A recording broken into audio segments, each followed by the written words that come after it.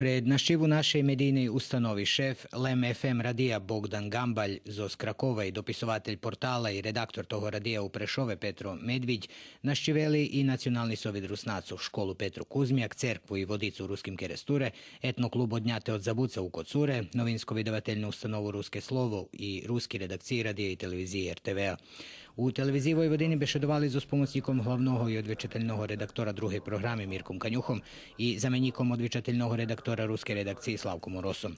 Hosti konstatovali, že prava, kotri menšini maju u Srbiji, ljepši jak u Evropskej uniji. Nie mamy державnych medii, nie mamy instytucji takie jak teatr, nie mamy gimnazji. Jedyna gimnazja, która jest na ruskim języku, to w Ruskim Keresturi, aż tu trzeba przyjść do Serbii, do dalekoj Serbii, żeby to widzieć, że tu desy w oświti może być ruska szkoła.